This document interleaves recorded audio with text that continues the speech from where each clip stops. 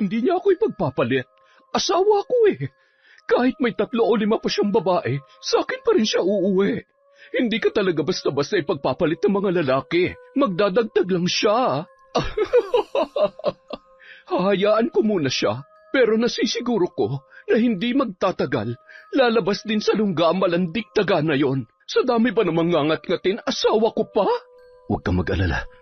Mahimbing na mahimbing siyang natutulog ngayon.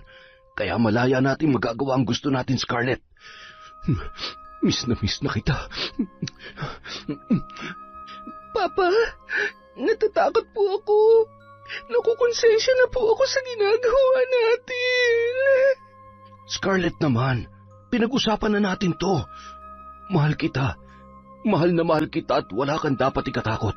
Basta magtiwala ka lang sa akin. Luha ang magiging kapalit. Luha na katumpas ng pasakit na dulot ng inyong kataksilan. Minahal kita na parang tunay kong anak, Scarlett. Kaya hindi ko lubos maisip na magagawa mo sa akin ang lahat ng ito. Wala kang utang na loob. Wala kang konsensya. Taon 2018, Quezon. Bandang 11:00 ng umaga. Dagsaan na ang ilang mga construction worker sa kantin sa isang site. Abala si Scarlett sa pagsiserve ng pagkain sa mga customer. Ang iba naman ay kanya-kanyang bulungan habang sila ay kumakain. Hindi lamang ang tiyan nila ang nabubusog nung mga oras na yun, kundi pati na rin ang kanilang mata dahil sa hapit na suot ni Scarlett. Kitang-kita ang hubog ng kanyang katawan at napapalunoklaway na lamang ang mga kalalakihan na naroroon. Napakunot noon naman ang isang engineer na pinagmamasdan ang isang kumpol ng mga lalaki at sinaway ang mga yon. "Oh, yung mga mata nyo, ay pambihira. Batang-bata pa, pinagpapantasyahan nyo na." "Engineer naman? Ang hirap kayang pumikit kapag ganyang kaganda ang view." "Loko, tapusin nyo na yung pagkain nyo at bumalik na kayo sa trabaho." Ilang sandali pa, sinenyasan nun si Scarlett na lumapit sa kanya. Sir, may order po ba kayo? Meron po ba kayong gustong kainin? Wala na. Nakatatlo na nga ako eh. Iha, ilang taong ka na? 18 na po. Bakit niyo po naitanong? Nag-aaral ka pa ba? Hindi na nga po eh. Gustuhin ko man po, hindi naman po kaya. Wala na rin po kasi ako mga magulang. Si Lolo na lang po ang natitirang kamag-anak ko, kaya lang po may sakit na rin siya. Medyo nakakapagod po magtrabaho pero at least may pera ako at meron akong maiabot kay Lolo para sa pagkain at gamot niya. Pa, napakasipag at napakabait mo naman. Kung sakali ba na magkaroon ng pagkakataon na may magpapaaral sa'yo, gusto mo ba? Siyempre naman po. Gustong-gusto ko po. Kaya lang po, imposible naman po yan. Ayaw ko naman pong umasa. Sa hirap po ng buhay ngayon. Malay mo naman, di ba? Huwag ka mag-alala. Kakausapin ko yung misis ko. Kapag pumayag siya, babalitaan kita. Alam mo, mabait yun. At sigurado akong matutuwa siya na matutulungan ka namin. Talaga po? Maraming salamat po, sir. Napakabait niyo naman po. Sayang naman kasi. Maganda ka, mabait, at masipag na bata. Malayo pa mararating mo. Sayang kung habang buhay ka na magtsatsaga rito. Tingnan mo yung mga lalaking... delikado yan para sa'yo. Sanay na ho ako sa mga ganyan, sir. Hindi ko na lamang po sila pinapansin. O paano? Magtatrabaho na ako. Babalitaan kita ha. Babalik ako bukas. Sige po, sir. Maraming salamat po ulit. Matapos silang mag-usap, masayang-masaya ang dalaga. Nagkaroon siya ng pag-asa na matupad ang kanyang pangarap na maging isang negosyante at magkaroon ng sariling restaurant. Gusto niyang makabawi sa kanyang lolo dahil yun ang nagpalaki sa kanya, pati na rin ang yumao niyang lola. Dahil sa kakulangan sa pera at sinabayan pa ng pagkakasakit ng kanyang lolo ay kinakailangan niyang kumayod para sa kanila. Ilang beses sa isang linggo kumbisitahin niya yun para makapag-abot ng pagkain at gamot. Kung sakali man na totoo yung sinasabi ng mama kanina, siguro ako ng pinakamasaya at pinakamaswerteng tao sa mundo. Samantala, 7:00 na ng gabi nang makauwi si George sa kanilang bahay. Masaya namang sinalubong yon ng kanyang asawa na si Aling Fina. Buti naman at maaga kang nakauwi ngayon. Maaga rin kasi akong umalis sa site eh. Kumusta ang misis ko, ha? Okay naman ako, mahal. Ano, napagod ka ba? Yang likod mo, baka natutuyuan ka na ng pawis, ha? Okay lang ako, mahal. Alam mo namang palagi ako nag-iingat dahil ayaw na ayaw ko na nag-aalala ka. Oh, siya nga pala, kumusta ang anak natin? Hindi ba nag-text o tumawag man lang? Tinawagan ko kanina, nagmamadali nga lang at papasok sa trabaho. Miss na miss ko nang siya eh. Nagpatuloy ang usapan ng dalawa hanggang sa makapagbihis na si George at makapaghain na ng hapunan si Aling Fina. Sa gitna ng kanilang paghahapunan ay sumagi naman sa isip ni George ang dalagita na si Scarlett. Siya nga pala, mahal. May nakilala akong dalaga dun sa kantin sa construction site namin. Napakasipag at maganda yung bata. Kinausap ko siya kanina. Gustong-gusto niya makapagtapos sa pag-aaral. Naisip ko rin kasi na palagi kang mag-isa dito. Mas mabuti siguro kung meron kang kasama. Alam mo, naisip ko na rin naman yan. Yung anak nga ng kaibigan ko na nasa probinsya, kaya lang ayaw na ayaw talaga mag-aral eh. Siyempre, kung magpapaaral tayo, ang gusto ko naman ay yung porsigido talaga mag-aral. Wala naman na tayong dapat pagkagastusan maliban sa magkano lang naman na bayarin dito sa bahay. Yung anak mo naman, may trabaho na, nagpapadala pa. Sabihin mo sa kanya, ipunin niya na lamang ang pera niya para sa sarili niya. Para naman kapag nakapag-asawa o nagplano na silang magsariling pamilya ni Rex ay handa na sila. Huwag niya kamo tayong alalahanin. Medyo malaki naman ang sinasahod ko. Ay nako, yan na nga ang paulit-ulit kong sinasabi sa kanya. Ang katwiran naman ay hayaan lamang siya at masaya daw siya sa ginagawa niya. Hayaan mo na nga lang. O paano? Anong plano natin ngayon? Aba, malapit ng pasukan kaya ang mabuti pa sabihan mo na yung bata. Ano nga ang pangalan niya? Scarlett ba? Oo, tama. Si Scarlett. Sige, bukas sasabihan ko siya at sabay natin siyang sunduin sa kanila. Mas mabuti rin kung may pagpapaalam natin siya sa lolo niya. Abay, dapat lang. Mahirap namang ampunin natin siya na wala man lamang tayong alam sa pagkatao niya. O sige, kumain ka na mabutit. Alam ko namang paborito mo yan. Gusto mo pa ba ng kanin? Nako, mahal. Naparami na nga ang kanin ko eh. Alam mo naman na bawal mapasobra ang kanin. Lalo na ngayon nagkakaedad na tayo. Oo nga naman. Kung nandito ang anak mo, siguradong masisita tayo nun pareho. Nagpatuloy sa kwentuhan ang mag-asawa habang tinatapos ang pagkain nila ng hapunan. Hanggang sa bago matulog ay pinagplanuhan rin nila ang tungkol sa pagpapaaral kay Scarlett at sa lolo nito kung sakaling pumayag yon. Kinabukasan, pagpasok ni George ay agad niyang pinuntahan si Scarlett. Malayo pa ay natanaw na nito ang lalaki. Ayan na siya. Hoy, ayos ka lang? Parang kilig na kilig ka yata. Siya yung sinasabi ko sa'yo kagabi. Sa tingin mo, mabait kaya siya at yung pamilya niya? Si engineer naman pala eh. Oo naman, matagal na namin kilala yan dito. Pero, seryoso, sinabi niya sa'yo na gusto ka niyang pag-aralin? Oo nga, paulit-ulit. Bingi lang, bingi. Ayun na siya. Diyan ka lang muna, ha? Aba, ayos. Ang swerte naman ni Scarlett. Sana all na lang na makawala sa sandamakmak na hugasin at kasungitan ng amo namin. Masayang sinalubong ng dalaga si Engineer George. Iginiya sa isang mesa at pinaupo yun. Alam na alam mo talaga kung saan ang paborito kong pwesto dito, ha? Kumusta? Okay lang po, sir. Kayo po.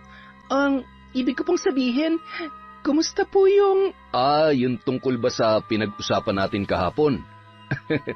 Yan nga rin ang pinunta ko rito. magpaalam ka na sa amo mo. At saka, gusto rin namin makilala ang lolo mo. Siyempre, kailangan ka naming ipagpaalam na maayos. Isasama kong asawa ko kapag sinundo ka namin sa bahay ng lolo mo. Ayos ba yon? Naku, maraming salamat po. Hulog po talaga kayo ng langit sa buhay ko. Hindi po kayo magsisisi sa pagpapaaral sa akin. Nako, napakaswerte mo dahil napapayag ko misis ko. Alam mo, mabait kasi yun at sinisiguro ko na magugustuhan ka niya kapag nagkita kayo. Hindi na rin po ako makapaghintay na makilala siya. Kaya lamang po, iniisip ko po si Lolo. Kung pag-aaralin niyo po ako, hindi na po ako makakapagtrabaho para sa gamot ng lolo ko at sa pang-araw-araw na pangangailangan niya. Ay, nako, wag mo nang intindihin ang bagay na yan. Napag-usapan na namin yan ng asawa ko. Basta magpaalam ka na dito sa lalo madaling panahon. Tsaka, ano nga palang cellphone number mo? Para matawagan ka namin anumang oras kung sakaling may itatanong kami sa iyo ng misis ko. Sige po, ako na po magta-type. 09308. Ayan, salamat po ulit, sir. Nag-order pa ng almusal si George at ipinagpatuloy naman muna ni Scarlett ang kanyang pagtatrabaho. Makalipas ang 3 araw, matapos tuluyang magpaalam sa kanyang amo, ay agad siyang umuwi sa kanyang lolo at inihahanda na ang iba niya pang mga gamit. Noong araw ding yun, susunduin na siya ng mag-asawang sina George at Fina. Apo, may maitutulong ba ako sa'yo? Huwag na po, Lolo. Kayang-kaya ko naman na po to. Nagugutom po ba kayo? Mauna na po kayong kumain sa akin. Nakapagluto na po ako bago mag-asikaso nito mga gamit ko. Apo naman, baka naman gusto mo kong saluhan sa pagkain. Minsan na nga lamang tayo magkita hindi pa tayo magsasabay kumain. Lalo na ngayong may mag-aampon na sa'yo. Sigurado ako na... Lolo, kung iniisip niyo na makakalimutan ko kayo kapag nandun na ako nakatira sa kanila, nagkakamali po kayo. Lahat ng ginagawa ko ay hindi lamang po para sa sarili ko. Para sa atin po to, Lolo. Kaya habang wala ako, magpalakas po kayo, ha? Huwag niyong pababayaan ang sarili niyo. Alam niyo po, ang sabi sa akin ni Engineer George, tutulong din daw po sila para gumaling kayo sa sakit ninyo. Kaya huwag po kayong mag-alala. Mahal na mahal po kita, Lolo. Huwag na po kayong malungkot at magtampo. Sige na nga, sasabayan ko na kayong kumain. Ay, basta lagi mo pa rin akong dadalawin dito, ha? Uy, naririnig mo ba ako? Oo naman po. Matitiis ko ba naman kayo? Kayo talaga, habang tumatagal, lalo kayo nagiging matampuhin. Ganyan talaga. Ang mahalaga ay hindi pa rin kumukupas ang kagwapuhan ng lolo mo. Hindi na ako natutuwa sa ubo kong tuwa. Napakasakit sa dibdib. Sa gabi ay hindi na ako masyado nakakatulog na maayos. Basta wag niyo lang pong kalilimutang inumin yung gamot niyo para tuloy-tuloy ng paggaling niyo. Bantayan niyo rin po yung likod niyo, ha? Huwag niyong hahayaan na matuyuan ng pawis. Nagpatuloy ang pag-uusap ng maglolo habang kumakain ng tanghalian. Pagkatapos noon ay agad nang bumalik sa kanyang ginagawa ang dalaga. Pasimple lamang nagmamasid ang matanda habang nakahiga sa isang pahabang upuan. Kitang-kita niya ang saya sa muka ng kanyang apong si Scarlett. Bata pa lamang kasi yon, talagang pangarap niya na makapagtapos ng pag-aaral. Pangarap na hindi matugunan ni Lolo Simon dahil sa kahirapan ng kanyang kondisyon. Bandang 2:00 ng hapon, dumating na ang mag-asawang sina George at Fina sakay ng kanilang kotse. Ibinaba ng mag-asawa ang kanilang mga pinamiling grocery para sa pang-isang buwang konsumo ng matanda. Nanlaki ang mga mata ni Scarlett at ng kanyang lolo, lalo na nang makita nila ang isang sakong bigas. Apo, mukhang mayaman nga sila. Abat, napakabuti naman ang mag-asawang ito para tulungan tayo na hindi man lamang kaano-ano. Sabi ko naman po sa inyo, Lolo, mababait sila. Halina po kayo, salubungin po natin sila. Masayang sumalubong ang dalawa at kinuha ang ilan pang bitbitin. Magandang hapon po sa inyo. Tuloy kayo sa munti naming bahay. Nako, napakarami naman po nito. Nakakahiya naman po at Magandang hapon rin po sa inyo, Mang Simon. Lahat po ito'y para sa inyo. Nandito rin po kami para personal na maipagpaalam itong si Scarlett. Kahit nasabi niya na sa amin na pinayagan niya siya. masayang-masaya ako para sa apo ko. At salamat dahil sa dami ng pwede niyong pag-aralin ay siya pa talaga ang napili ninyo. Kung sa bagay, wala naman kayong pagsisisihan dahil magaling naman yan sa klase. Mabuti naman kung ganon. Scarlett, ikinagagalak ko na makita ka ng personal. Napakaganda mong bata. At sa tingin ko'y magkakasundo nga tayo. Mang Simon, huwag kayong mag-alala. Sinisiguro ko na maaalagaan siya ng maayos at matutugunan namin lahat ng pangangailangan niya. Lalong-lalo na sa pag-aaral. Basta magpapakabait lamang itong si Scarlett, wala tayong magiging problema. Huwag po kayong mag-alala. Gagawin ko po ang lahat ng aking makakaya para mapatunayan sa inyo na hindi kayo nagkamali sa pagtulong namin. Maraming salamat po talaga. Bandang 5:00 na ng hapon nang magpaalam sila kay Lolo Simon. Ay siya, sige na at baka abutin kayo ng gabi sa daan. Mag-iingat kayo. Scarlett, tumulong ka sa mga gawaing bahay at huwag magbubuhay prinsesa sa... Lola naman, masipag po kaya ako at hindi namimili ng trabaho. Mag-iingat po kayo dito ha. Tatawagan ko kayo araw-araw. Alam niyo naman ho kung paano sumagot ng tawag, di ba Lolo? Ay, siyempre naman. Kahit text lang ay masaya na ako. Malinaw pa naman itong mga mata ko. Ay sus, kaya po pala kung sino-sino ang chinachat ninyo. Ay, tumigil ka. Si Aling Iska lang naman at saka ano nga ang pangalan nun? Ay sus, sige na. Lumakad na kayo at baka makapagkwento pa ako na mahaba. Bakit mo ba kasi pinakikialaman ang cellphone ko? Ay, sus Mariosep ka, Scarlett, oo. Sige ho, alis na ho kami.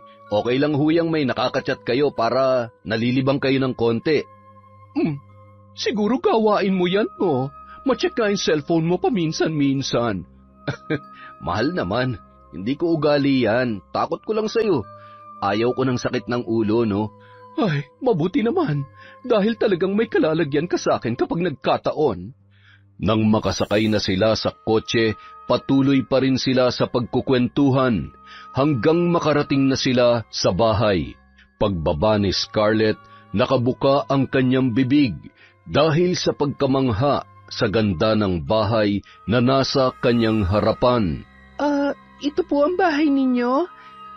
Grabe, ang laki at ang ganda. Ngayon lang po ako makakapasok sa ganito kalaking bahay. Ngayong dito ka natitira sa bahay namin, bahay mo na rin ito. Huwag mong iisipin na ibang tao ka, o di kaya ay hindi ka namin kadugo. Pwede mo kaming tawaging mama o papa kung okay lamang sa'yo. Mama? Papa? Sigurado po kayo? Oo naman, para naman maging mas komportable ka. Alam mo, namimiss na rin namin na may anak kami dito sa bahay eh. Wala eh, abala na sa trabaho yung anak namin. Mabait yun at siguradong magkakasundo kayo.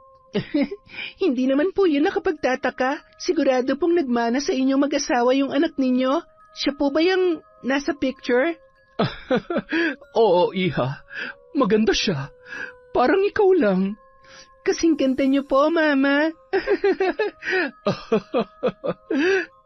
Iginiya ni Aling Fina ang dalaga sa magiging kwarto nito at tinulungan pang iayos ang mga damit noon sa aparador. Binigyan niya rin yon ng mga naiwang damit ng kanilang anak na si Brianna na saktong-sakto naman sa katawan ni Scarlett. Mahal, tingnan mo. Bagay na bagay sa kanyang dress ni Brianna. Tingnan mo, maliban sa pareho silang nagmana sa kagandahan ko ay magkasing katawan din pala sila. Ngayon lang po ako nakapagsuot ng ganito kagandang damit. Ang gaganda po at mukhang mamahalin. Naku, Huwag ka mag-alala. Sa susunod ay ipagsa-shopping kita ng bago.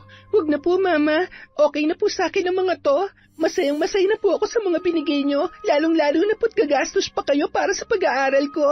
O siya, bilisan nyo na dyan at nang makapaghapunan na tayo. Ako na muna magluluto ng ulam at mukhang marami-rami pa kayong ililigpit. Sige, mahal. Salamat naman. Matagal-tagal na rin mula nung huli ka nagluto dito sa bahay. Sarapan mo't nang marami makain si Scarlett mamaya. Siyempre naman, ako pa ba? Sa pagkakaalala ko, kaya mo ako nagustuhan dahil napakasarap kong magluto, di ba?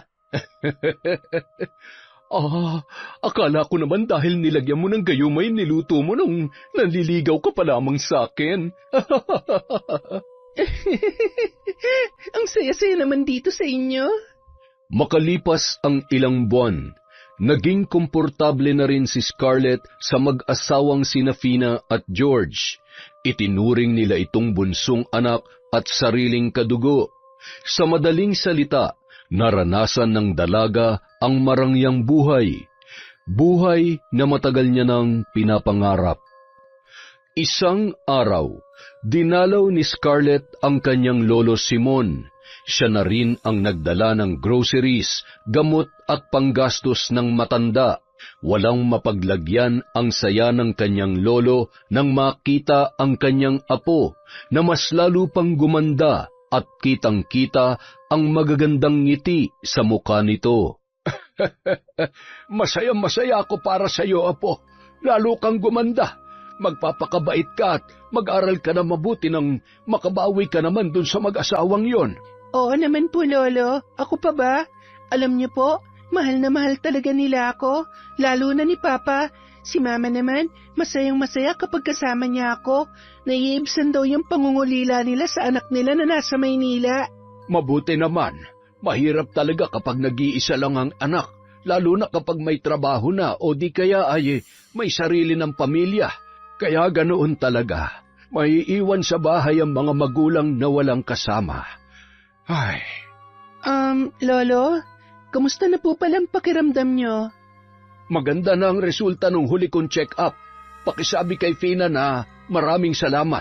Pati na rin kay George. Kung hindi dahil sa kanila ay hindi mapapadali ang paggaling ko. Tingnan mo naman, bumabalik na ulit ang sigla ng katawan ko. Gusto ko na ulit bumalik sa paggagamot kapag tuluyan na akong gumaling. Okay po yun, Lolo. Basta wag na kayong dadayo kung saan-saan, ha? Wag rin kayo magpapalipas ng gutom. Huwag kang mag-alala. Magiging mas maingat na ako ngayon. Kung meron mang dapat mag-ingat sa ating dalawa, ikaw yon. Lalo na't malayo-layo ang binibiyahe mo sa pagpasok at pag-uwi galing sa eskwelahan. Oo naman po, Lolo. Pero sabi ni Mama, baka raw mag-dorm na lang po ako para kapag alanganing oras, hindi ko na kailangan pang umuwi sa bahay. Ay, mabuti naman kung ganon. Patingin nga ako nitong mga... ay napakarami naman nito. Sobra-sobra na talagang naitutulong nila sa atin. Diyos na ang bahalang gumanti sa mga ginagawa nilang kabutihan para sa atin, apo. Lolo, barya lang sa kanila mga pinamiling yan. At saka, ako na pong bahala. Pasasaan ba't darating ang araw na masusuklian ko rin lahat ng tinulong ni na Mama at Papa sa akin? Basta lagi mong tatandaan, apo. Maging kontento ka at magpapasalamat sa kung anong meron ka ngayon, ha? Hindi lahat nagkakaroon ng ganyang kagandang pagkakataon at biyaya. Kaya, pahalagahan mo at huwag mong aabusuhin. Opo naman, kayo talaga. Paano, hindi na po ako magtatagal dahil marami pa po akong dapat asikasuhin. Mahal na mahal ko po kayo, Lolo. Nako, masasabik na naman ako sa pinakamamahal kong apo. Mamimiss din po kita, Lolo. Habang nasa tricycle papauwi ang dalaga, tinawagan siya ni George. Bakit hindi mo na lang ako inintay? Sabi ko naman sa iyo, sasamahan kita eh. Hindi mo kailangan bumiyahe mag-isa. Papa, pasensya na po. Akala ko po kasi gagabihin na kayo ng uwi eh. Okay lang naman po ako. Nasa tricycle na po ako papuntang bayan. Oy, sige. Susunduin na lamang kita doon. Sige po, Papa. Matapos ibaba ang kanyang telepono, ay napabuntong hininga na lamang si Scarlett. Napapansin niya kasi ang pagiging overprotective sa kanya ng kanyang Papa George. Bakit kaya? Hindi naman siya ganyan kahigpit sa akin dati. At saka, wala naman akong gagawing kalokohan. Bahala nga siya. Sinusunod ko naman lahat ng sinasabi nila ni Mama. Nang makababa sa bayan, agad niyang nakita ang kotse ng lalaki. Nagmamadali siyang sumakay at nagmano, ngunit tumanggi yun. Sino bang kasama mong umuwi sa inyo? Ako lang po, Papa. Sandali lang naman po ako doon. Nagpaalam din po ako kay Mama. Papa, galit po ba kayo? Hindi ako galit, Scarlett. Nag-aalala lang ako sa iyo. Sa susunod, huwag kang aalis nang hindi ako kasama, ha? Naintindihan mo? Opo, Papa. Pasensya na po talaga. Ay, siya nga pala. May ibibigay ako sa iyo. Eto. Ano po ito, Papa? Damit at mga underwear? Papa, binilhan na po ako ni Mama nung nakaraan. Mas maganda ang mga yan. Siya nga pala. Hinanapan kita ng apartment na malapit sa school mo. Para kahit anong oras, pwede ka namin bisitahin at mas komportable ka. Kung magdodorm ka, baka mapabarkada ka pa. Tsaka, iba na yung solo mo yung kwarto. Ano, nagustuhan mo ba ang mga yan? Opo, Papa. Salamat po. Nang makarating sa bahay, agad silang sinalubong ni Aling Fina. Nako, buti naman at dumating na kayo. Kanina pa namin kayo hinihintay. Nandito sina Brianna at Rex. Talaga? Salamat naman sa Diyos at naisipan nilang magbakasyon. Kaya nga halika na Scarlett. Ipapakilala kita sa ate Brianna mo. Ano ba yung bitbit mo? Namili ba kayo? Wala yan. Mga damit niya na naiwan sa bahay nila. Ganoon ba? Oy siya, halina kayo at saluhan natin sila maghapunan. Brianna, anak, nandito na si Papa at si Scarlett. Papa? Namiss kita. Namiss din kita, anak. Rex, kumusta? Kumusta kayo nitong anak ko? Okay lang po kami, Tito. Siyempre, mahal na mahal ko ang anak nyo. Aba, magpakasal na kayo. Hindi na kayo bumabata. Baka naman pwede nyo na kaming bigyan ng apo. Baka po sa susunod na taon, Tito. Ikaw pala si Scarlett. Buti naman at nakita na kita ng personal. Lagi kang kinukwento sa akin ni Mama kapag tumatawag ako. Kumusta ka? Kumusta ang pag-aaral mo? Okay naman po, ate. Kayo rin po, lagi kayong kinukwento ni Mama sa akin. Ang ganda niyo po pala talaga sa personal. At ang bait niyo rin po katulad nila. Siyempre naman, kanino pa ba sila magmamana? Mabait ako sa lahat. Kung meron man akong pinakaayaw ay yung mga abusado. Mabuti na lang at nagkasundo kayo ng mama kong maselan. At sabi niya, mabait ka rin daw at masipag pa mag-aaral. Sipagan mo pa. At salamat sa pag-aasikaso mo sa kanila, ha? Kung pwede nga lang umuwi ako araw-araw dito, ginawa ko na. Kaya lang hindi pwede eh.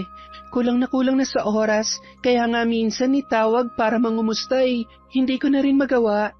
Walang anuman po, ate. Huwag kayong mag-alala. Akong bahala sa kanila. Kumain na tayo. Scarlett, dito ka na sa tabi ng papa mo. Rex, kumain ka na marami, ha? Bukas ay pagluluto ko kayo ng mga paborito ninyo. Nako, salamat po, tita. Miss na miss ko na nga rin po talaga ang luto ninyo eh. Ay nako, mukhang hindi ka ata ay pinagluluto nitong girlfriend mo, ha? Ay nako, mama. Wala na talaga akong oras para ipagluto ko pa siya, ha? Habang kumakain, patuloy pa rin ang kanilang pagkukwentuhan. Napansin ni Brianna kung paano inaasikaso ng kanyang ama si Scarlett mula sa pagsandok ng pagkain at matamis ng ngiti kapag si Scarlett na ang kanilang pinag-uusapan. Bandang 9:00 ng gabi, nasa kanya-kanyang kwarto na ang mga yun maliban kina Aling Fina at Brianna. Niyakap nun ang kanyang ina na nagpupunas ng mga pinaghugasan. Magpahinga na kayo, Mama. Ako na lang po dyan. Sana inutusan nyo na lang si... Nako, kailangan pa nung mag-review, anak. Okay. Mukhang magkasundo po sila ni Papa. Oo, siguro dahil masunurin at mabait naman talaga si Scarlett, kaya natutuwa kami sa kanya. Mabuti naman po kung ganon. Pero, Ma, huwag pa rin po kayo masyadong magpakakampante, ha? Hindi po lahat ng maganda at mabait sa paningin ay totoo. Alam nyo, Mahirap magtiwala sa panahon ngayon. Kahit gaano kaganda ang intensyon niyo ni Papa, hindi pa rin natin hawak ang isip niya. Wala rin tayong kakayang basahin kung anong motibo niya. Ang tanging magagawa lamang natin ay mag-ingat at huwag magbulag-bulagan. Wala kang dapat ipag-alala. Sigurado ko na hindi tayo nagkakamali sa tinutulungan natin. Tiwala lang anak at huwag mo kami masyadong alalahanin ng papa mo. Makalipas ang 1 linggo, habang nasa biyahe pabalik ng Maynila sina Brianna at Rex, napag-usapan nila si Scarlett. Ay, Oh, bakit napabuntong hininga ka? ewan ko ba? Iba talagang pakiramdam ko kay Scarlett eh. Baka naman nagsiselos ka lang sa kanya. Hindi hindi ako silosa, alam mo yan. Ang ibig kong sabihin, sanay ka na ikaw lang ang inaalagaan ng mama at papa mo. Na kapag umuwi ka, nasa sayo lang ang atensyon nila. Ngayon, 2 na kayo. Mahal na mahal din siya ng papa mo. Mas paborito na nga ata niya kaysa sayo eh. Talagang nang-aasar ka pa? Huwag ka na kasi nag-overthink. Nakikita ko naman kung gaano sila kasaya na kasama si Scarlett. Maganda, mabait, masipag. So ano, sinasabi mo ba na better siya kaysa sa akin? Babe, hindi naman sa ganoon. Huwag na nga natin pag-usapan si Scarlett. Tingnan mo, nasisira lang tuloy ang mood mo. Ewan ko sa'yo. Mag-drive ka na nga lang at baka, makatulog na nga lang. Ay, salamat naman sa Diyos. Anong salamat sa Diyos? Salamat sa Diyos at biniyayaan ako ng napakagandang girlfriend. I love you, babe. Tulog ka na muna. Makalipas ang ilang buwan, tuluyan nang nakalipat si Scarlett sa isang apartment malapit sa kanyang eskwelahan. Siya na lamang ang dinadalaw ng mag-asawa para makapag-focus siya sa pag-aaral. Si George naman ang pumupunta kay Lolo Simon para magdala ng groceries at iba pang pangangailangan nito. Si Aling Fina naman ay abala sa mga gawaing bahay lalo na't ayaw niyang kumuha ng kasambahay. Mayat maya niya namang kinukumusta si Brianna, lalong-lalo na si Scarlett. Kapag nalulungkot naman at nasa trabaho rin ang kanyang asawa ay namamasyal yon kasama ang kanyang mga kaibigan at kung minsan ay dumidiretso sa apartment ni Scarlett. Isang gabi, 10:00 na, hindi pa nakakauwi si George. Hindi naman mapakali si Aling Fina dahil may masama sa kutob niya na hindi niya maipaliwanag. Sinubukan niyang tawagan ng maraming beses si George, ngunit hindi yun sumasagot. Kaya naman naisipan niyang tawagan si Scarlett. Ay, sinasabi ko na nga ba? Siguradong magtatanong siya sa akin. Hello, Mama. Kumusta po? Bakit napatawag po kayo? Kumusta po kayo dyan ni Papa? Anak, busy ka ba? Pasensya na ha. Ano kasi, nag-aalala ako sa papa mo at hanggang ngayon ay wala pa rin dito sa bahay. Dumaan ba siya dyan kanina? O tumawag man lang ba siya? Hindi ko kasi siya makontak eh. Hindi po, Mama. Baka naman po nalubat lang. Baka kasama yung mga katrabaho niya. Hindi naman kasi umiinom yun na hindi nagpapaalam sa akin. Ay, ewan ko ba? Iba talagang kutob ko, Scarlett. Pakiramdam ko tuloy, may ginagawang kalokohan ng papa mo. Huwag naman sana. Mama, mahal na mahal po kayo ni Papa. Kaya sinisiguro ko na hindi mangyayari ang iniisip nyo. Malay nyo, maya-maya nandyan na siya. Narito na nga siya. Sige anak, ituloy mo na kung ano man yung ginagawa mo dyan. Bye! Ay. Samantala, habang pinaparada ni George ang kotse ay nakaabang naman ang nakakunot noo na si Aling Fina. Pagkababa noon ay agad na hinagkan sa noo ang kanyang asawa at niyakap ng mahigpit. Saan ka nang galing? Alam mo ba kung anong oras na? Pasensya na, nalubat kasi ang cellphone ko kanina kaya hindi ako nakapagpaalam. Birthday ng katrabaho ko. Hindi nga ako uminom para siguradong hindi ka magalit eh. Pasensya na kung hindi ako nakapagpaalam sa'yo. Kumain ka na ba? Paano ako kakain eh? Hinihintay nga kita at nag-aalala ako sa'yo. Huwag ka nang magtampo. Halika na sa loob. Sasabayan kitang kumain at siguradong masarap na naman ang niluto mong hapunan. Habang kumakain ng dalawa ay napansin ni Aling Fina na tila gutom na gutom pa rin ang kanyang asawa. Sa lahat naman ng galing sa handaan ay ikaw itong gutom na gutom pa rin. Ano, hindi mo ba nagustuhan ang luto roon? Siyempre naman, iba pa rin ang luto ng misis ko. At saka, paborito ko kaya tong tinola mo. Sabaw pa lang, buhay na ako. Mukha mang buhay na buhay ka ngayon. Hindi ka naman siguro ng babae, ano? Mahal naman. Sa edad kong to, mambababae pa ba ako? Minsan mo nang nagawa yan nung kabataan mo pa at hindi malabong gawin mo ulit. Mahal, hindi ko na magagawa yan. Kontento na ako sa iyo. Masaya na ako sa buhay na meron tayo ngayon at ayaw kong bigyan ka ng sakit ng ulo. Takot ko na lang sa iyo tsaka sa anak natin. Alam mo namang manang-mana sa iyo yun kung magalit kaya iniisip ko palang mambabae, nanginginig na ako sa takot. Ay, siguro namimiss mo lang ako kaya ka nagkakaganyan. Di bale, huwag ka na mag-isip ng kung ano-ano. Mamaya, babawi ako sa iyo, ha? I love you. Huwag mo nga akong dinadaan sa ganyan. Ano ba? Kumakain tayo. Ay, hindi ako pwedeng magkamali. May tinatago sa akin si George. At kung ano man, malalaman ko rin yon. Galingan mo na lang magtago dahil kapag nagkataon, hindi ko alam kung anong magagawa ko sa iyo at sa kabit mo. Kinabukasan, bandang 7:00 ng umaga, nagmamadaling dinaanan ni George si Scarlett. Papa, tumawag sa akin si Mama kagabi. Sa tingin ko, nakakahalata na siya. Natatakot po ako. Baka kasi... Scarlett, ngayon ka pa ba matatakot? Nangako ako sa iyo, tutuparin ko yon. Poprotektahan kita. Nag-iingat naman tayo eh. Gagawa ako ng paraan para hindi siya maghinala. Pabuti pa, dalawin mo siya para malibang. Sige po, mamaya ay pupuntahan ko siya. Mag-iingat ka sa biyahe. Huwag ka magsusuot ng hindi ko magugustuhan. Tawagan mo ako kapag paalis ka na. Scarlett, mahal kita. Ngayon lang ako nagmahal at nabaliw ng ganito sa isang babae. Kahit ano pa mangyari, paninindigan at puprotektahan kita. Napayuko na lamang si Scarlett na inuusig na ng kanyang konsensya, ngunit dahil sa atensyon at pagmamahal na ipinaparamdam sa kanya ni George, ay unti-unti na rin siyang nahuhulog sa lalaki. Alam kong mali pero hindi ko na alam kung paano tatalikuran ng lahat ng ito. Ayaw ko nang bumalik sa dating buhay na kailangan kong kumayod na parang kalabaw. Lahat ng to para sa magandang buhay na pinapangarap ko para sa amin ni Lolo. Nung araw ding yun, umuwi si Scarlett.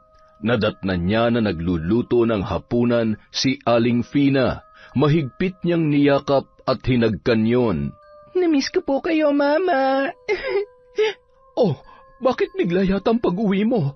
Sana pinadaanan na lamang kita sa papa mo.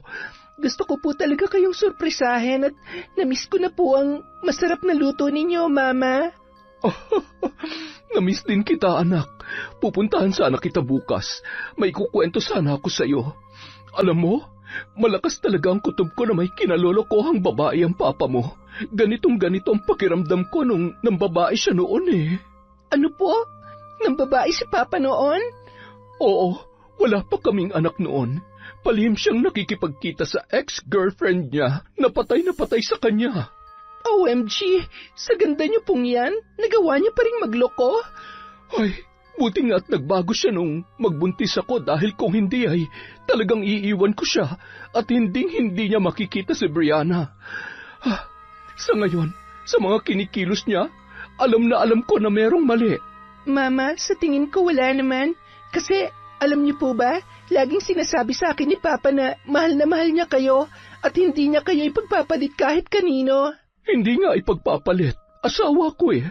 Kahit may 3 o 5 pa siyang babae, ako pa rin ang asawa niya. Hindi ka talaga basta-bastang ipagpapalit ang mga lalaki. Magdadagdag lang sila. Hahayaan ko muna siya. Pero nasisiguro ko na hindi rin magtatagal. Lalabas din sa lungga ang malanding daga na yon. Pati ba naman asawa ko ngangat-ngatin niya?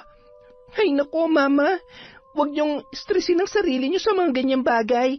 Ako na pong bahala na gumawa ng paraan para malaman kung totoo nga ang hinala niyo. Salamat, anak.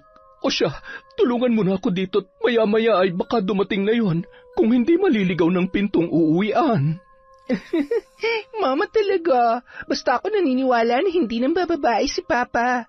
Ay nako, masyado mong pinapabura ng papa mo. Habang nag-uusap ang dalawa sa kusina, bigla silang napatigil sa pagkukwentuhan nang marinig ang malakas na pagbusina ng sasakyan ni George. Umaakto namang normal ang dalawa, ngunit pasimpleng nagtitinginan at nag-uusap sa mata. Matapos kumain ay nanood pa yon ng TV, pagkatapos ay nauna nang pumasok si Scarlett nang makaramdam ng selos dahil magkatabi sa upuan ang mag-asawa. Ang aga namang matulog ni Scarlett. Siguro nasanay ng mata niya dahil minsan maagang pasok niya. Ay, ganun nga siguro. Ay, matulog na rin tayo, mahal. Inaantok na rin ako. Medyo masakit ang katawan ko. Siguro pinagod ka ng kabit mo, no? Ano yan, mahal? Sabi ko, sige matulog na tayo at may pasok ka rin bukas. Sandali lang at iinom lang ako ng tubig. Tubig? Ako na, dito ka na lang. Malamig na tubig ba? Sige, malamig na tubig na lang, mahal, at masyadong mainit ang panahon. Nakangiti namang tumungo sa kusina si George at nagsalin ng tubig sa baso. Sabay may kung anong kinuha yon sa kanyang bulsa at inihalo sa iinumin ni Fina. Nagulat pa yon nang biglang sumunod sa kanya ang asawa. Ang tagal naman ng tubig ko. Dinadasalan mo pa yata eh. Uminom din kasi ako. O ayan, uminom ka na. Ubusin mo nang di ka abutin ng uhaw mamayang hating gabi. Ang sarap talaga ng tubig kapag mainit ang panahon, no? Pagkatapos uminom, tumungo na ang dalawa sa kanilang kwarto. Agad namang nakaramdam ng labis na antok si Aling Fina, kaya naman nakatulog yon kaagad. Kinumutan pa siya ni George bago lumabas ng pinto at kumatok sa kwarto ni Scarlett. Papa, anong... Pasensya ka na. Hindi ko talaga kayang pigilan ang sarili ko. Ikaw ang gusto kong katabi sa pagtulog. Papa, hindi pwede. Paano kung magising si Mama? Huwag kang mag-alala. Mahimbing na mahimbing siyang natutulog ngayon. Kaya malaya natin magagawa ang gusto natin, Scarlett. Miss na kita. Papa, natatakot po ako. Nakukonsensya na po ako sa ginagawa natin. Scarlett naman, pinag-usapan na natin to. Mahal kita. Mahal na mahal kita at wala kang dapat ikatakot. Magtiwala ka lang sa akin. Wala nang nagawa pa ang dalaga kundi sumunod na lamang sa gusto ni George. Hindi niya rin kasi maipagkakaila na malalim na ang pagtingin at pagmamahal niya sa lalaki. Isang gabi, habang natutulog si George ay dahan-dahan na kinuha ni Aling Fina ang cellphone ng kanyang asawa na bahagyang nakakubli sa may unan nito. May password yon, kaya naman paulit-ulit niyang binubuksan gamit ang mga importanteng petsa sa kanila. Nagulat siya dahil petsa ng kanyang kaarawan ang password noon. Agad niyang binuksan at binasa ang mga mensahe na lalong nagpanginig sa buo niyang katawan at nag-uunahang umagos ang kanyang luha. Love? Love pa talagang tawagan nila? Miss na kita. Mga baboy! Sino ang hayop na to? Humanda ka sa akin at ang babae mong hayop ka. George, bumangon ka dyan! Mahal, ano ba? Ano ba nangyayari sa'yo? Huwag mo akong matawag-tawag na mahal. Ang kapal ng mukha mo. Sino yon, ha? Sino ang lintik na baby na yon? Sino? Mapapatay kita! Mahal, huminahon ka. Wala lang yan. Girlfriend yan ng kasamahan ko, si Ariel. Yung palagi kong kasama. Nakikitext at nakikitawag lang sa akin kapag nakakalimutan niya mag-load. Maniwala ka. Gusto mo tawagan mo pa eh. Ayan, sige na. Hindi na kailangan. Pasasaan ba't malalaman ko rin ang totoo? Ito lang ang tandaan mo. Hindi mo alam kung anong kaya kong gawin sa'yo sa oras na malaman kong totoo. Hindi mo alam kung ano ang kaya kong gawin, George. Mahal, hindi ako natatakot. Malinis ang konsensya ko. Ngayon pa ba ako magloloko? Mahal na mahal kita. Hindi ko na ulitin pa ang minsang pagkakamali ko noon. Minsan na kita nasaktan at hindi ko na kayang makita ka pa sa ganoong sitwasyon. Tama na. Huwag ka na magalit. Nagsasabi ako ng totoo. Maniwala ka naman sa akin. Sige lang, George. Galingan mo lang sa iyong pagpapanggap. Sa oras na mahuli kita, lintik lang ang walang ganti. Magsasama kayo ng kabit mo na gagapang sa hirap at sakit na ipaparanas ko sa inyo. Mahigpit na niyakap ni George ang kanyang asawa habang yun ay lumuluha. Ramdam ni Fina ang kaba at nababasa niya sa mata at kilos nito ang kasinungalingan. Pinilit niyang kumalma nung mga sandaling yun. Dahan-dahan na bumitaw sa mahigpit na pagkakayakap ng kanyang asawa at bumalik sa higaan. Pasensya na, nabigla lamang ako. Matulog ka na't may pasok ka pa bukas. Pakisabi kay Ariel na huwag niya nang gagamitin ang cellphone mo sa pambababae niya o kung ano man, ha? Sige, sasabihin ko sa kanya, mahal. Sigurado ka bang okay ka na? Na hindi ka nagalit? Oo, bakit? Gusto mo ba talagang magalit ako? Alam mo, isa lang naman ang ayaw ko sa lahat, yung sinungaling. Alam na alam mo yan, hindi ba? Oo naman, mahal. Kaya naman mula nung pinatawad mo ako noon, ni katiting na sikreto ay wala na akong itinago sa'yo. Dapat lang, dahil hindi lang dila ng sinungaling ang kaya kong putulin. Baka pati kaligayahan at ang pinagmamalaki mong armas ay mawala sa'yo. Napalunuklaway na lamang ang lalaki sa sinabi ng kanyang asawang si Fina. Halos hindi makatulog ang ginang habang nakatalikod kay George at nag-iisip kung paano niya huhulihin ang sikreto nito. Makalipas ang ilang araw, naisipan niyang puntahan si Scarlett sa apartment bandang 3:00 ng hapon. Gulat na gulat yon at hindi mapakali na animoy may kung anong itinatago. Bakit hindi niyo po sinabi na pupunta kayo, Mama? Gusto lamang kitang sorpresahin. At saka, anak, pumunta ako dahil kailangan ko lamang huminga. Kahit sandali lang. Sa dami ng iniisip ko ngayon. Ay, Huwag niyo pong sabihin na hanggang ngayon ay iniisip niyo pa rin na nang bababae si Papa. Huwag niyo na pong stressin ang sarili niyo, Ma. Siguro nga yan ang dapat kong gawin. Pero ewan ko ba, hindi talaga ako mapakali.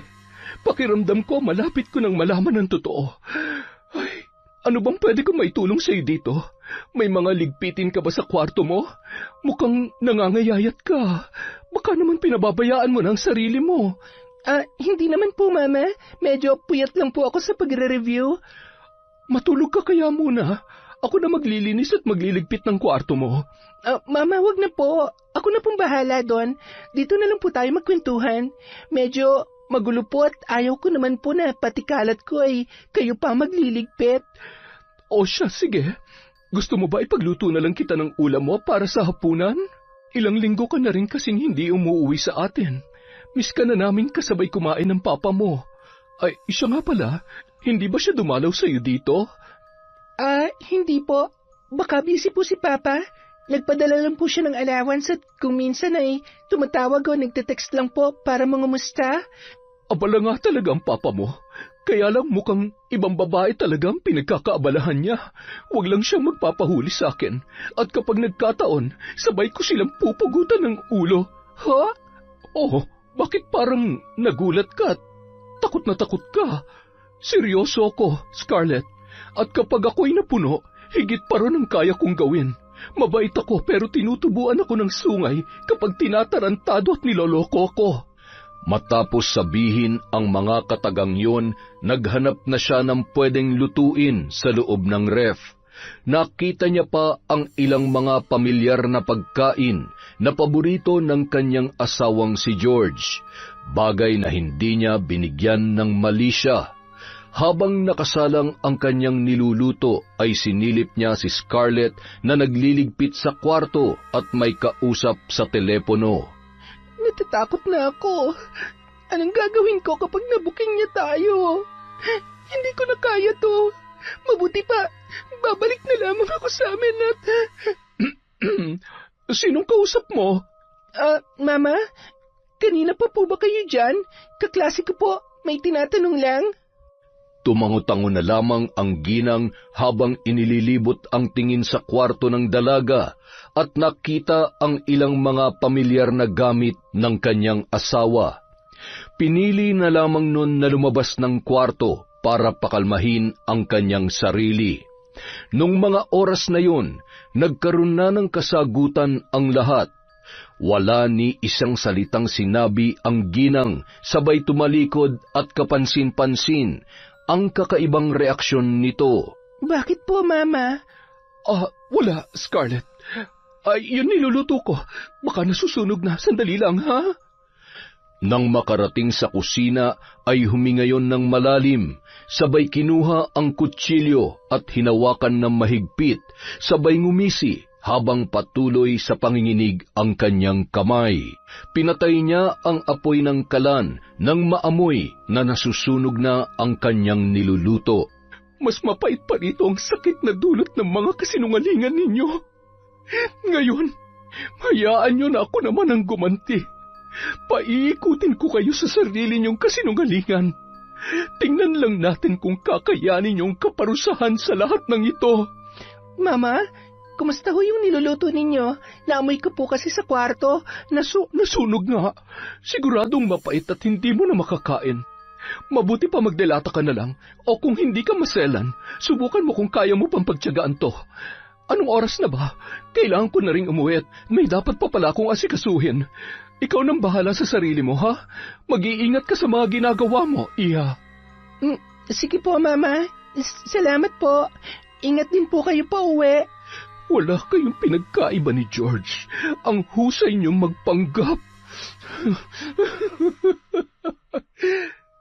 Nang makauwi sa bahay ang ginang, natuwa naman siya nang makatanggap ng tawag na gagabihin ng uwi ang kanyang asawa. Nababatid niya na dadaan na naman yon kay Scarlett. Sige lang, mahal. Mag-iingat ka sa biyahe. Marami pa namang naliligaw ngayon, na-aksidente.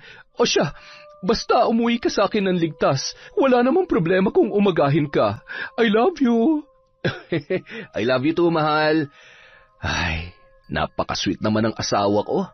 Dahil dyan, hindi ako masyadong magpapagabi ng uwi. Okay nga lang, mahal kong asawa. Okay lang din kahit hindi ka na umuwi. Gusto mo, hatiran pa kita ng damit kung saan man yung pupuntahan mo? Mahal naman. Basta uuwi rin ako kaagad. Mag-ingat ka dyan, ha, at isara mo na maayos ang pinto at bintana. Marami pa naman magnanakaw ngayon. Ay oo, yung iba nga pati asawa nila nananakaw na rin. O siya, babay na, mahal. Buisit ka. Akala mo naman wala kang ginagawang kalokohan. Tingnan lang natin kung sinong kawawa sa ating tatlo. Ako pa talagang niloko mo. Kung pinatawad kita noon, ngayon hindi ko na mapapalampas pa ito. Makapunta na nga muna sa kwarto at kating-kating ang palad ko na gamitin muli ang mga gamit ko sa pambabarang. Ilang dekada na ang nakalipas mula nang tigilan ni Fina ang gawain. Tubong sikihor si Aling Fina at natutunan niya yon sa kanyang ina at tiyahin na bantog na mambabarang sa kanilang lugar. Bagamat nangako siya sa kanyang ina na ipagpapatuloy ang paggamit ng itim na kapangyarihan, ay tinalikuran niya yon nang makilala si George. Pinili niyang magsimula ng panibagong buhay, alang-alang sa pangarap niyang masaya at buong pamilya. Maluha-luha niyang hinawakan ng aklat ng karunungan at ilang mga gamit na itinago niya sa isang lumang aparador. Ikaw ang dahilan kung bakit tinalikuran kong lahat ng ito, George. Ngunit ikaw rin ang muling mag-uugnay sa amin ng itim na kapangyarihan. Gusto kong pagsisihan mo ang lahat ng ginawa mong kasalanan. Magdurusa ka kasama ni Scarlett. Hinimas-himas niya ang larawan kung saan magkatabi sina George at Scarlett. Nakangising pinagmamasdan ang matatamis nilang mga ngiti. Luha ang magiging kapalit. Luha na katumbas ng pasakit na dulot ng inyong kataksilan. Minahal kita na parang tunay kong anak, Scarlett. Kaya hindi ko lubos maisip na magagawa mo sa akin ang lahat ng ito. Wala kang utang na loob. Wala kang konsensya. Samantala, Love, gising. Kailangan mo nang umuwi. Siguradong hinahanap ka na ni Mama. mamaya na. Nagpaalam naman ako na maayos sa kanya. Pagod na pagod pa ako. Oh, okay ka lang? Okay lang naman. Ang hapdi lang ng sikmura ko parang sinisilaban at may kung anong... Ang sakit. Nalamigan yata ako. Sobrang sakit ba? Hindi naman. Kaya ko to. Huwag ka mag-alala. Sige na. Umuwi ka na. Love, magdoble ingat ka ha. Natatakot na talaga ako. Pakiramdam ko kasi nakakahalata na si Mama. Natatakot ako sa kung anong pwede niyang gawin sa akin. Hindi ka niya magagalaw. Hindi niya malalaman ang tungkol sa atin. Mahal na mahal kita, Scarlett. Hindi ko na kayang mabuhay pa na wala ka sa buhay ko. Ikaw na nagpapasaya sa akin ngayon. Mahal din kita. Sige na, magbihis ka na. Hindi na kita ihatid sa labas at baka may makakita pa sa atin at pagdudahan pa tayo. Mag-iingat ka sa biyahe, ha? Matapos magbihis, agad na rin yung umalis at nagmamadaling nagmaneho ng kanyang kotse. Habang bumibiyahe, bigla siyang nakaramdam ng pamamanhid ng kanyang paa at sinabayan pa ng paninikip ng kanyang pantog na animoy sa sabog. Bumangga yun sa isang puno at maswerteng hindi naman gaanong napuruhan. Kinapa niya ang kanyang ulo na noon ay may tumutulong dugo. Unti-unting nandilim ang kanyang paningin habang naririnig ang bulong ng isang babae na kahindik-hindik ang boses. Nakita niya ang isang bulto ng tao na animoy nakatalukbong ng kulay itim. Sino ka? Anong kailangan mo sa akin? Sir, okay lang ho ba kayo? May sugat ho kayo. Gusto niyo po bang dalhin ko kayo sa ospital? Yung babae, nakita mo ba? Yung nakaitim at... Wala naman ho ako nakita, sir. Tinatakot niyo naman po ako. Ano po bang nangyari? Nawalan kayo ng preno? Hindi. Bigla lang kasing namanhid ang mga paa ko, kaya... Kaya po pala. Malaki-laki rin ho ang sira ng harap ng sasakyan ninyo. Pero mabuti na lamang at ganyan lang ang inabot ninyo at hindi kayo napuruhan. At wala ring nadamay dahil mangilan-ngilan na lang naman ang sasakyan kapag ganitong oras. Inayos niya ang pagkakaparada ng kanyang sasakyan. Pagkatapos ay nakiusap yun na ihatid siya ng lalaki sa kanilang bahay. Tuwang-tuwa naman ang lalaki nang abutan niya yon ng 2,000. Nang makarating sa bahay, matagal bago siya pinagbuksan ni Aling Fina. Kanina pa ako kumakatok at kanina pa ako tawag ng tawag sa'yo. Naku, pasensya ka na mahal. Hindi ko napansin at mahimbing ang tulog ko. At saka, akala ko ay hindi ka na makakauwi. Hindi ka na talaga uuwi dahil anong oras na, oh? Teka, bakit may sugat ka? Nasaan yung kotse mo? Ano nangyari sa sasakyan natin? Nabangga ka ba? Nasira ba, ha? Pambihira naman, mahal. Mas nag-aalala ka pa yata sa kotse kesa sa akin, eh. Hindi naman. Halika na't gagamutin ko ang sugat mo. May masakit ba sa'yo? Ano ba kasi nangyari? Ay naku, malaki-laki rin ito, ha? Mababaw lang yan. Aray, dahan-dahan naman. Alam mo, hindi ko talaga maintindihan kung ano nangyari sa akin kanina, eh. Para bang pinaglaruan ako ng kung anong... Naku, guni-guni mo lamang yon. Puyat ka kasi. Paano yan? Hindi ka makakapasok bukas. Ay, hindi pwedeng hindi ako pumasok. Marami akong kailangang asikasuhin sa site. Kung sa bagay, mahirap nga yan, lalo na kapag sabay-sabayan dapat asikasuhin. Para ka lang nag-asawa ng 2. Masakit sa ulo. Matutulog na ako. Oy, sige na, pumasok ka na sa kwarto at susunod na lamang ako. Good night, mahal ko. Huwag ka na sanang magising na lintik ka. Makalipas ang 3 araw. Mahal, tumawag ba sa'yo si Scarlett? Hindi naman, bakit? May problema ba? Inaapoy raw siya ng lagnat at may mga bukol din daw siya sa katawan. Puntahan kaya natin. Patingnan na rin natin at baka kung ano pa mangyari sa kanya. Baka naman trangkaso lang. Masama rin ang pakiramdam ko, mahal eh. Napagod rin ako sa paglalaba. Buti pa, ikaw na lang ang mag-asikaso sa kanya. Isa pa, alam mo namang ayaw kong magmotor. Sana mapaayos mo na agad yung kotse. Ay, sige. Ako na lamang ang pupunta doon. Kawawa naman at kaninang umaga pa dumadaing sa akin. Nakakatuwa talagang closeness niyo ng bunso natin. Sabihin mo na lang sa kanya na magpagaling ka agad, ha? Ikaw mag-iingat ka rin at baka mahawa ka. Nako, mahirap na kapag nahawahan ka ng sakit. Paano na lang ang trabaho mo at yung mga dapat mong asikasuhin? So, sige, ikaw naman mahal. Inuman mo na agad ng gamot yang ubo mo, ha? Baka lumala pa yan. Huwag mo kong alalahanin, mahal. Kayang-kaya kong sarili ko. Hindi trangkaso magpapabagsak sa akin. Hindi naman napansin ni George ang mga nais ipakahulugan ng kanyang asawang si Fina sa pag-aakalang nag-aalala lamang yon sa kanya. Agad na pinuntahan ng lalaki ang apartment ni Scarlett at nang dumating siya ay hindi siya makapaniwala sa kalagayan ng dalaga. Nanginginig yon sa taas ng lagnat at namamanas ang buong katawan.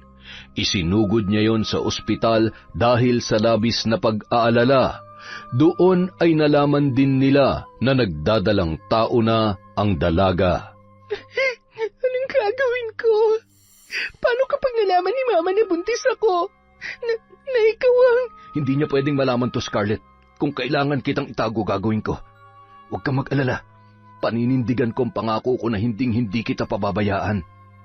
Hindi pa babayaan? Hanggang kailan? Hanggang di pa nalalaman ng asawa mo ang totoo? Paano ako?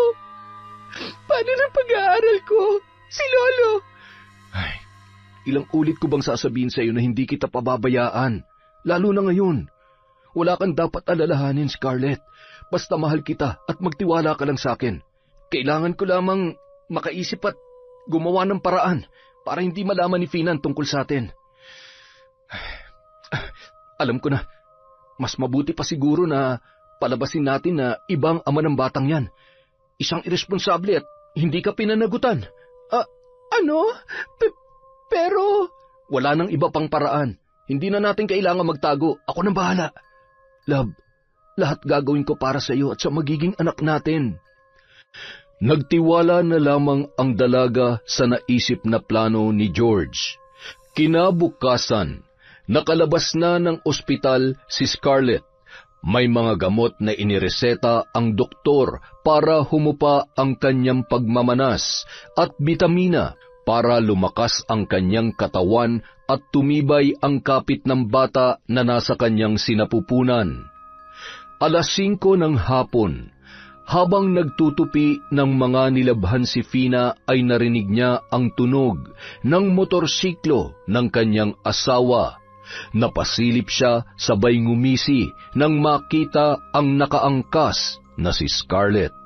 Aba, mukhang magaling na yata ang sinungaling na haliparot ah. Ay, masalubong nga ng kaliwat ka ng sampal. Kaya lang, masyado pa maaga. Irereserba ko muna ang lakas ko. Yung tipong malalaglag pati ang bagang niya sa lakas. Nakangiting sinalubong ni Fina si Scarlett at ang kanyang asawa. Mahal, kumusta? Napuyat ka ba kababantay kay Scarlett? Naku, ang asim na ng amoy mo. Maligo ka na't samot-saring virus nang kumapit sa katawan mo. Ang dumi-dumi mo na. Ikaw naman, Scarlett. Oh, ano ba nangyari? Bakit ka namamanas? Nagngilid ang luha ng dalaga, sabay yumakap ng mahigpit kay Aling Fina. Mama, okay naman na po ang pamamanas ko. Naagapan po at may binigay na pong gamot sa akin ng doktor. Oh, bakit ka umiiyak? Hindi ka pa naman yata mamamatay, di ba? Mahal naman, bakit naman ganyan ka magsalita? Nagbibiro lamang naman ako. Masyado ka namang affected. Seryoso. Ay, sige na Scarlett, magpahinga ka na sa kwarto mo. Ako nang bahalang kumausap sa mama mo. May importante ka bang aaminin? Sasabihin sa akin? Pinapakaba mo naman ako masyado. Ma, alam kong malaki na nagastos natin kay Scarlett at gustong-gusto mo talagang makapagtapos siya. Pero mas kailangan niya tayo ngayon. Nagdadalang tao si Scarlett. Ha? Buntis siya? Paanong? Sino ang ama? Ayaw daw siyang panagutan ng lalaki dahil may pamilya na rin. Hindi naman importante kung sino yung hayop na yon. Ang mahalaga, nandito pa rin tayo para suportahan siya. Mamatay na sana ang irresponsableng lalaking yon. Ay, paano na yan? Titigil siya sa pag-aaral? Manganganak at aampunin din natin? Yun ba ang gusto mo mangyari, George? Aba, magpatayo na kaya tayo ng bahay ampunan para lubos-lubos na. Ay, o siya, sige nariyan na yan. May magagawa pa ba ako? Wala nang mas masaya pa na panoorin ko kayo sa loob ng pamamahay na to habang nagdurusa at kampante na kaya niyo akong paikutin at gawing uto-uto. Napakagaling mo talaga, George. Ikaw nang maparaan at walang hiya ka talaga. Papatayin ko kayong dalawa. Idinaan niya na lamang sa halakhak ang nagsusumiklab na galit na nararamdaman para kina George at Scarlett. Paglipas ng mga araw, napansin ni Scarlett ang kakaibang tingin at kilos ni Fina. Naghihinala na rin siya dahil sa madalas nung pagkukulong sa kwarto kapag sila lamang ang magkasama. Hindi rin gumaganda ang kanyang pakiramdam at lalo siyang kinukutuban nung magkasakit na rin at hindi na makapagtrabaho si George. Nagkaroon yon ng sugat sa paa, namamaga, nangingitim, nagnanaknak at kitang-kita ang nana. Ani ng doktor na kapag lumala pa yon ay kinakailangan ng putulin, kung hindi ay maaari niya yung ikamatay dahil sa posibleng pagkalat ng impeksyon. Hanggang sa hindi na makalakad si George at hindi na rin dinadala pa ni Fina ang kanyang asawa sa ospital. Love, wala ka bang napapansin sa asawa mo? Hindi kaya may kinalaman siya sa nangyayari sa atin? Hindi mo ba napapansin? Pinababayaan niya tayo. Nagagawa niya pang ang gumala at makipag-inuman sa mga kaibigan niya tapos iiwan niya tayo dito na parang wala tayong sakit. Gumawa ka ng paraan kung ayaw mong pareho tayo mamatay. Pati ang batang nasa sinapupunan ko. Kailangan ko ng pera para magpatingin sa doktor. Nahihirapan na ako. Sa gabi para akong nalulunod at sa pagpikit ko kung ano-ano ang naririnig at nakikita ko. Ako rin. At saka may mga oras na parang may mga gumagapang na insekto sa sugat ko at sa tingin ko. Mamamatay na yata ako, Scarlett. Pwede mo huwag ka magsalita ng ganyan. Sabi mo gagawin mong lahat para sa amin. Nasaan na magandang buhay na pinangako mo sa akin kung ngayon palang susuko ka na, ha? Kung mamamatay ka, paano na kami ng anak mo? Sa gitna ng masinsinang pag-uusap ng dalawa, ay biglang pumasok sa kwarto at humalakhak si Fina. Mama, kanina pa po ba? Para yan sa kasinungalingan mo. Para matauhan ka sa kapraningan mo sa asawa kong taksil. Naniniwala ka sa kanya? Sa langit na ipinangako niya sa'yo? Boba ka! Sa akin nga nagagawa niya magsinungaling eh. Sa akin na asawa niya. Sa'yo pa kaya? Ang tanga-tanga mo! Maray, Mama, tama na po! Huwag mo ako matawag-tawag na Mama. Hindi kita anak. Pinagsisisihan ko nang minsan nagpapasok ako ng sa pamamahay ko. Wala kang utang na loob. Pareho lang kayong dalawa. Akala nyo kaya nyo akong utuin? Nagkamali kayo na niloko. Ngayon, lahat na nangyayari sa inyo, kulang na kulang pa yan sa lahat ng sakit at galit na nararamdaman ko. Mahal, tama na. Ako na lang ang saktan mo. Maawa ka. Oh, mahal na mahal kong asawa. Ang sugat ko, aray. Matapos tamaan ng takong na suot ni Fina ang sugat ni George, ay bumulwak ang masaganang dugo. Napahiyaw pa yon nang may pumitik na kulay puting uod.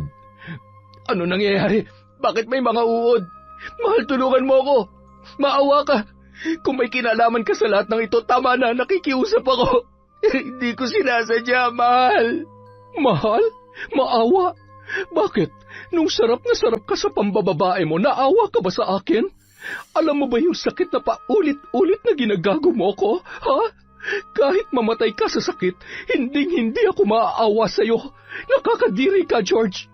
Hindi lang buhay mo ang sinayang mo, pati ang buhay ni Scarlett. At ikaw naman babae ka.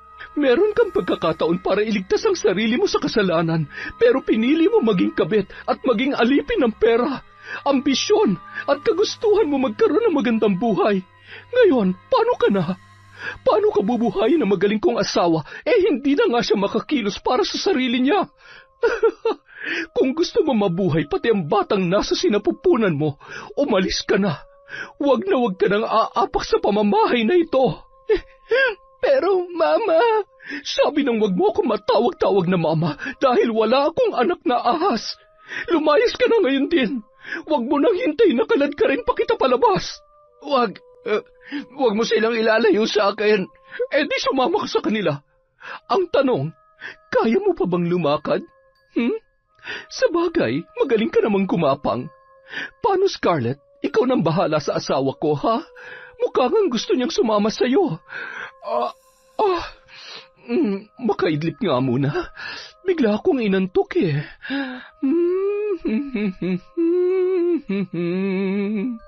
Dumiretso yun sa kwarto at isinara ang pintuan. Umupo sa kama at pinagmasdan ang larawan nilang mag-asawa nung sila ay ikinasal. Naging mabuting asawa ko sa'yo. Pinili mong gumawa ng kataksilan. Hindi mo man lang inisip na sa huli, ako pa rin ang makikinabang sa lahat ng ari-arian na meron ka. Kami ng anak mo at ang magiging apo ko. Hindi ko hahayaang makinabang ang Scarlett na yan at ang magiging anak niya. Magdusa kayo. Magpaaral din kaya ako ng lalaki. Kaya lang, hindi naman pala ako katulad mo. Makatulog na nga lang muna at mamaya ay magre-ritual na naman ako. Tuluyan ko na kaya kayo? Pero bawal nga palang pumatay ng hayop. Tama na yung ganyan. Magdurusa kayo hanggat gusto ko. Samantala. Aalis na ako. Ito na ang huling beses na magkikita tayo. Huwag ka mag-alala. Di ko hahayaan na matulad sa akin ang batang ito. Salamat sa lahat. Tama si Mama. Kasalanan ko rin naman dahil pumayag ako sa gusto mo. Nagmahal lang din ako pero mali yun. Maling-mali. Scarlett, huwag mo akong iiwan. Ikaw na lang ang meron ako. Scarlett! Ayoko na. Pagod na ako. Wala nang saysay ang buhay ko.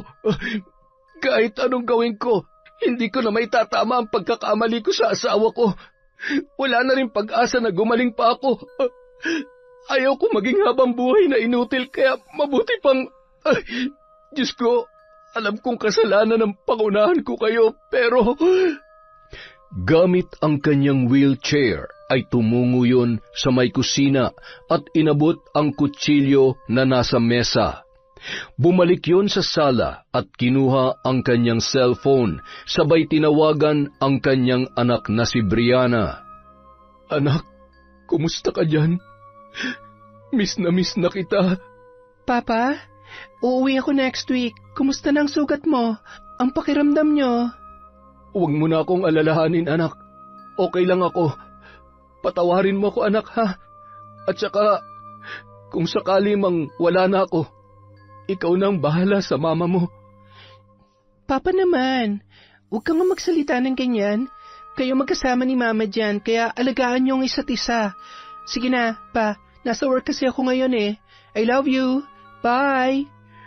Anak, sandali. I love you, anak. Patawad. Gamit ang kutsilyo, dahan-dahan niyang nilaslas ang kanyang pulso. Bandang 8:00 ng gabi, nagising si Aling Fina sabay binuksan ang ilaw sa kanyang kwarto. Humihikab pa habang kinakapa ang switch ng ilaw sa sala. Napasigaw yon nang makita na nakalaylay ang ulo ng kanyang asawa na animoy wala ng buhay. George! Anong ginawa mo? George!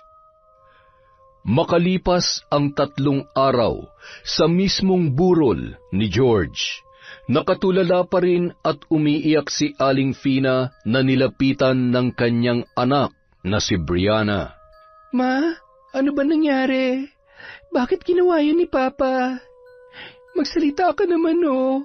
Ano po ba talagang nangyari? Patawarin mo ako, anak. Ako ang dahilan kung bakit siya nagkasakit. Ginamit ko ang itim na kapangyarihan. Binarang niyo po si Papa? Mama naman, bakit? Paano niyo nagawa yun? Dahil niloko niya ako, anak. May relasyon sila ni Scarlett. Pinagkaisahan nila ako, pinagsinungalingan at niloko. Alam mo ba kung gaano kasakit para sa akin yun? Ha? Alam mo ba? Kasalanan to ng babae na yon. Huwag lamang siya magpapakita dito dahil baka mauna ko pa siyang ilibing. Ilang sandali lamang, napalingon yon sa may di kalayuan. Naaninagan niya si Scarlett, dahilan para mapatakbo at sugurin ang babae. Saan ka pupunta? Bumalik ka dito. Dapat ikaw ang namatay, hindi ang papa ko. Sinira mo ang pamilya namin. Ang lakas ng lobo na magpakita pa rito. Mapapatay kita. Aray ko, bitiwan mo ako. Anak, tama na.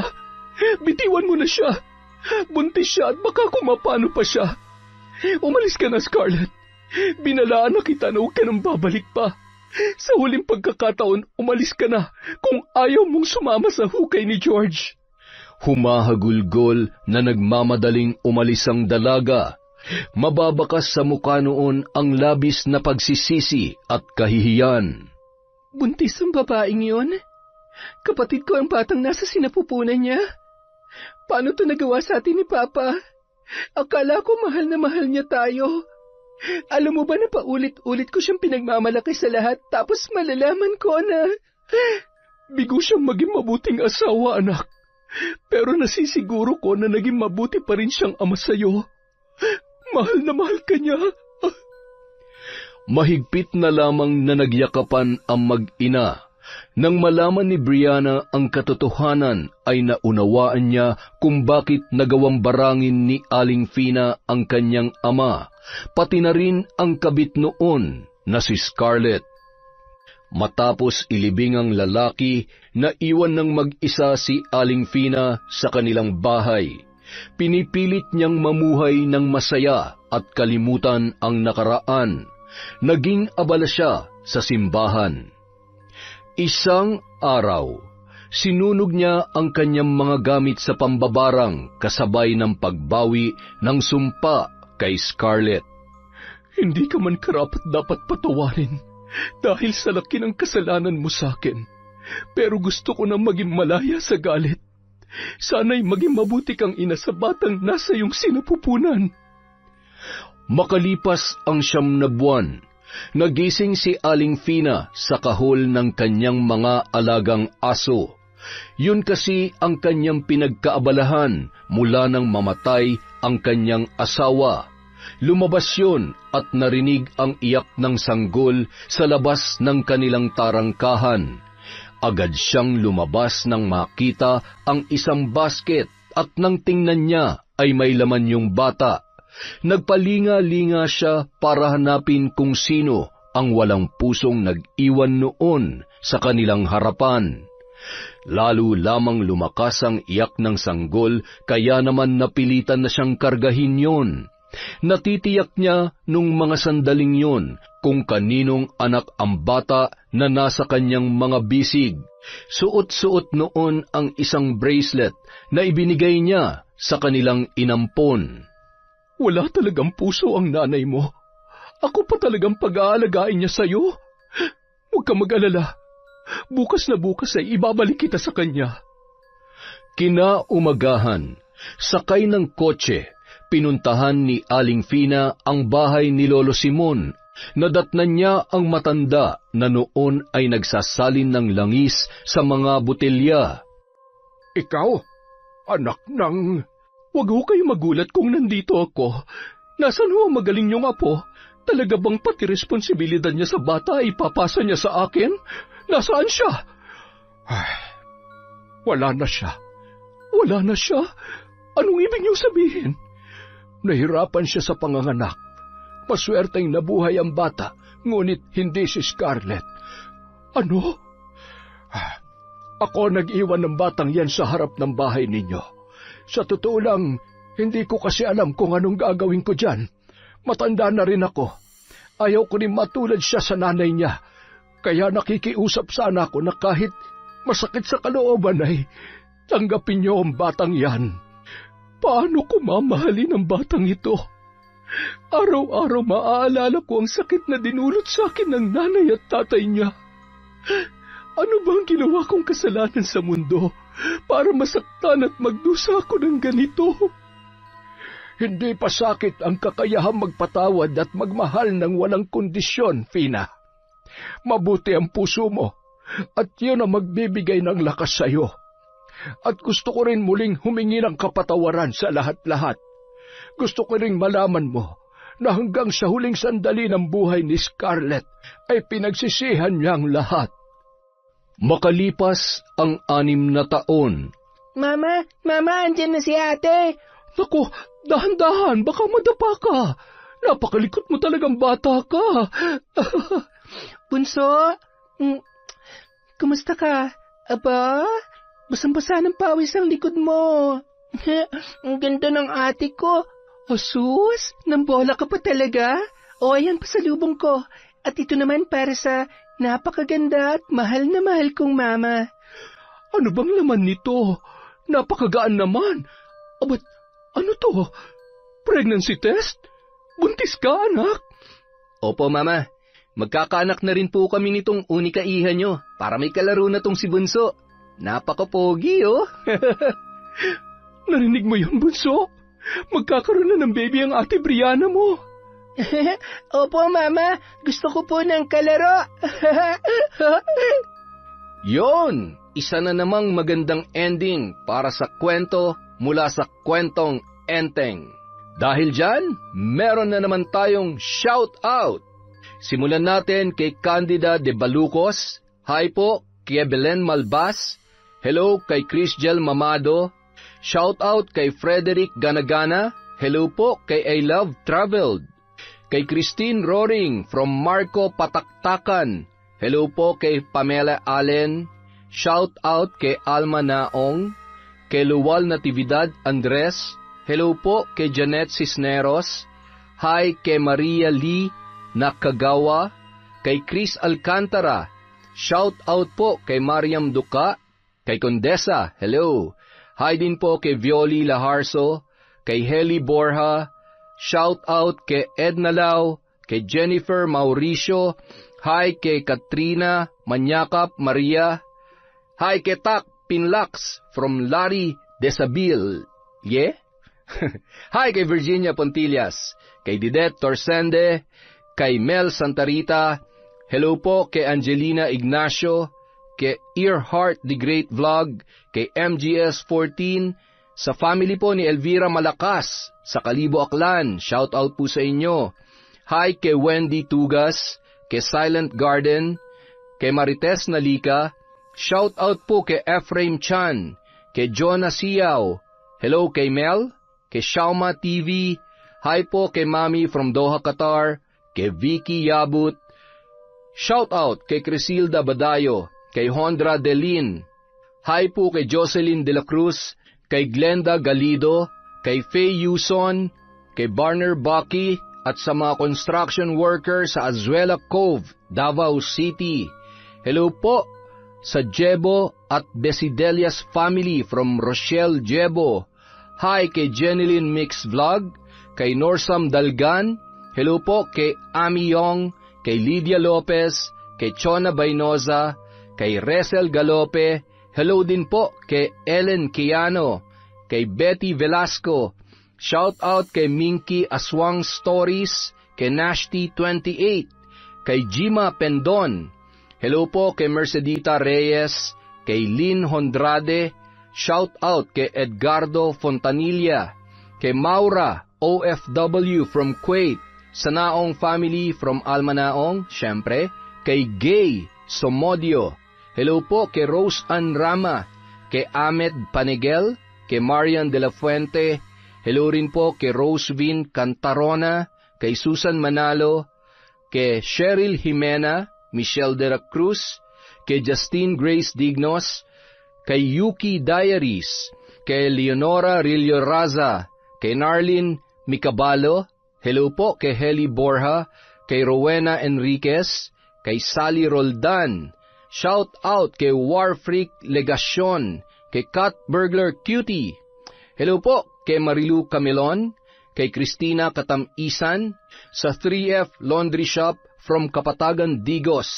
Hi po kay Cecil Vlog 64, kay Idol Ashtin Olviga, kay Hannah Maylin Sesgundo, hi kay Mirna Alfaro, kay Vivian Bacani, kay Meng Mateo, shout out po kay Arlene Toledo, kay Filipina Palsario, kay Virginia Belay, kay Sally Albino, hello po kay Jing Estrada, kay Mami Tam of North Caloocan, kay Ampi Taroy, hello po kay Silent Bro, kay Jennifer Ilagan, sa Madreso family from Glenda Madreso, kay Roslyn Labajo, sa Galedo family po from Rai, kay Frances Ramuel Velches, at kay Mia Espiritu.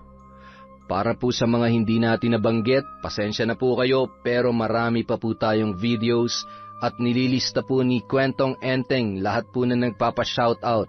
Sa totoo lang po, going 400 na yung nagpapa-shoutout sa atin, kaya pasensya na po kayo kung hindi ko kayo ma-shoutout ng isang bagsakan. Pero promise po yan, nililista ko po lahat, paiikutin na lang natin. Maraming salamat po sa pangunawa at sa walang sawa niyong pagsuporta sa channel natin. Grabe po, pa 100K na tayo. Sobrang salamat po sa inyong lahat. Kung nasan man kayo ngayon, nasa ibang bansa o nandito sa Pilipinas, mag-iingat po kayo. Maging mabuting tao po tayo. Walang negative, walang kahit na anong pwedeng makasira sa ibang tao o sa sarili natin. Magpasalamat po tayo na everyday, namumulat pa rin natin ang ating mga mata at nagagawa pa rin natin yung mga kailangan nating gawin. Again, maraming salamat po sa inyo at mahal na mahal po kayo ni Kwentong Enteng.